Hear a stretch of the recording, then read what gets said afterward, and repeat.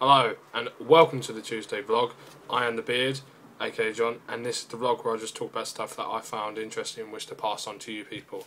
On today's vlog I'll be talking about Evil Dead Remake, Arnie's new film, a bit of gaming news, GTA-5, screenshots, 3 new ones, and just end on a bit of talk about like trading values as well of games. Right, I don't know if you know, but Evil Dead, they're making a remake of the film. Don't worry, Bruce Campbell and Sam Raimi are on it as well. The producers, they're probably giving their artistic information into it as well, so don't worry. Though, to be honest, I love the Evil Dead series. I fucking love them. They're awesome things. If you haven't watched them, go and watch them. You'll be scared and you'll laugh your head off at the same time. It's an awesome show.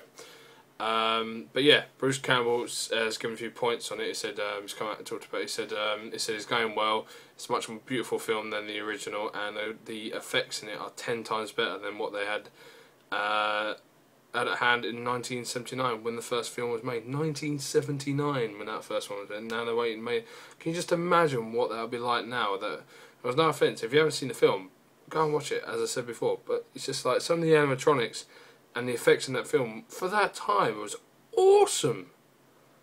It was just amazing. It's just like for that time it was just brilliant. I was just like, wow. But yeah, he says he continues to say that it's not going to be a complete play-by-play of the original. It's going to be a brand new take on the storyline, but there will be references to the original, and plus none of the original characters will be in it. So, but there is hoping that Bruce Campbell will play a cameo in it, most likely. He's got to play a cameo. He's played a cameo in most films, he has, and he's done brilliantly. But yeah, so that's about there, but I'm still a little bit unsure about it. I'd like to hear your thoughts on it. Please comment down below and tell me what you think about it. It's due to release next April, well, April 12th, 2013 here in the UK. So I'd like to hear what you think about that. Next was Arnie's new film got a trailer released. I think it was yesterday or the day before. It's called, what's it called? Bloody hell, I can't remember. I can't remember off the top of my head. That's stupid. That is. I cannot remember. How dumb am I? The Last Stand. Wow, how crap am I? Sorry everyone. Yeah, it's called The Last Stand. Arnie plays a sheriff in this one. See, look, I can remember the entire freaking trailer and everything that happens in it, but yeah, I come to think of the name. What's the name? I ain't got a bloody clue. But yeah, I'll continue on. Arnie plays a sheriff in this little small town near Mexico. He gets a phone call from an FBI officer played by, I can't remember his name, but it was in the guy with the lazy eye who's in Species. Sorry, apologise, but yeah, that's how I remember it by. But yeah, so yeah, he plays a sheriff of a small town near Mexico, gets a phone call from the FBI agent saying that a drug cartel is heading south with a load of drugs and they cannot stop them, and they're most likely going to head through his town. So Arnie gets the people that live in town to arm up and decides to take them on to protect the little town. And I think this is quite good. I think it's just like a very good thing where these guys won't take any crap from anyone, especially like law enforcement, and then they come to a small town and they have to protect them, because most likely the people that are most dangerous are the people protecting what is theirs, really. So I can see this film doing really well, and I think there's a few there are a few funny bits in it because Johnny Knoxville's in it, so most likely you're looking for a few one-liners as well in this film. So I am quite looking forward to it. It's out on January 25th of next year, so I'm looking forward to that. It should be a good film. Next thing was gaming news. GTA-5 released 3 screenshots. One screenshot of a sports car. Next screenshot was of a guy riding a bike towards a pier on the beach near sunset, and the third one was a jet fighter with Hellfire missiles attached to under each wing. I say Hellfire missiles because they look like them. Now, this is just preliminary screenshots. There should be more next week apparently, so look forward to that, and I'll give them back to you if I can.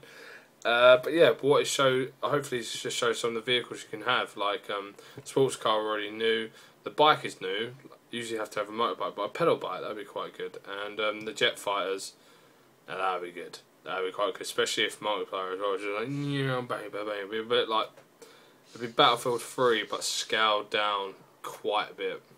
But yeah, I'm looking forward to that. Hopefully having a few more screenshots next week. Hopefully another trailer, probably later on in a couple of months, just to show the proper thing. And because I was looking at that, it came up with a little thing saying about trading values, saying publishers aren't very happy, saying they're not going to sell many more games because of the trading. But the funny thing is, trading values I find atrocious for games.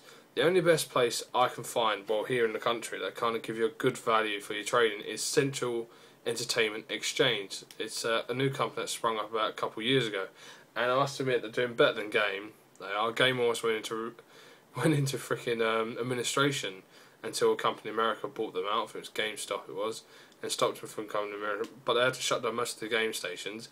The trading value, even at Game right now, is stupidly crap.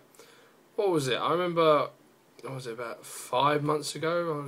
I was in Game just looking at a few games, and someone goes up and goes, "Oh, here's a copy of Modern Warfare 3. How much will you give for it?" He said, "Oh, I can give you about 12 quid for it." I was like, "Now Modern Warfare 3 had only been out for about a month or two." I was like, "Really? You can only give him 12 quid for the game, or even less?" He went, "Yeah." I was like, "That's just unbelievable." And publishers of games nowadays have said they're not unhappy because people are just going to trade in the games and then just buy the trading ones just to get them cheap and not buy the brand new ones, meaning the company doesn't sell as many games as they can. But the funny thing is, once we buy it, that's technically our property. We technically own the rights to it, of where if we want to sell it on or trade it in. So technically the companies don't really have any say in it.